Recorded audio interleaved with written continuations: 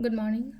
Ngasi irai numit ko irai numit ki card ki message hapetan ge minner se irai numit se number se ahambada akoi gi irai numit se number 71 lere ko aduga kaladana sky blue gumba kai gumba do minus sin na bibe ko aduga amana chak thong badana akoi na hapaya base kaino se akoi gi kai haini kaino numit ki irai numit ki se ghee do minus gumba do minus happy be ko akoi gi irai numit ki se अदो अहमद अखोई कनो येमिनरसे card message येमिनरसे timing अफबसु हाइपेतंग हाइजरगे को ngasi timing अफब के कई लेगे हाइबदो को अदो सिदगी card अहुम कतंग लोथोकचरगे को हाइदि कार्ड नंबर 1 कार्ड नंबर 2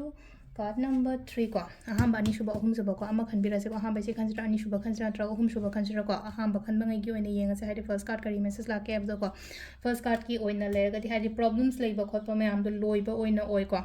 वारगसु लेना को हाइदि फना वारगसु अमक लोइसनबा ओइना ओइबदो को लोइसनलगा हाइदि अनोबा लापगुम्बा दमाइ तले को हाइदि पोचे लोइरगदि अमु हौइदना को अदुना हाइदि वायना खलगसु को हाइदि ऐ लोइरे को ngasi हाइबा नुमिसिदगी हौजिक हाइबासिदगी दमाइना खनबियो को सिजना नंबर 1 खनबंगै gi ओइरे को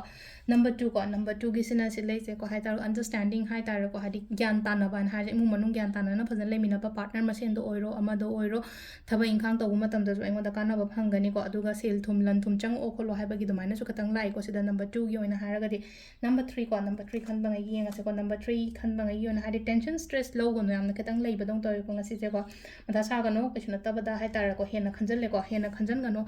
अदुगी मोहत्ता लेना को इसादा मतम पियो पोथाओ फजन हाइतार को हाइदि माइंड से फजन पीस ओ हेल्प पीस ओइना लेबियो हाइतार को हाइदि मतम पीबा हाइबगी आथ्रदि कमाइना नो हाइ कान इसादा मतम पीबा हाइसे नादनब येक्तनब हाइबदुनि बिसम समना हारबदो को नादनब रूटीन डिसिप्लिन नाइना थबक तौबियो को केनो मतौबो मतमदा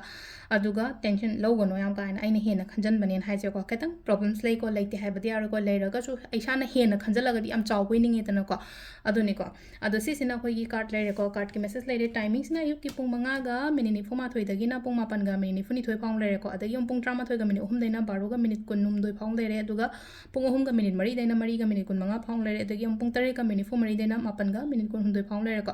अदगी अहिंग नोंग याइ दगिना नोंगालामदाइ फावै टाइमिंग्स ना कइनो हाइ गाजे दा अहिंग गी को पुंग 13 गा मिनिट 3 दगिना पुंग 4 गा मिनिट 2 फावम लेरे को सिसिना खोगी ngasi oina afaba timing ko do silere खोगी ngasi oina daily card message ma'am thank you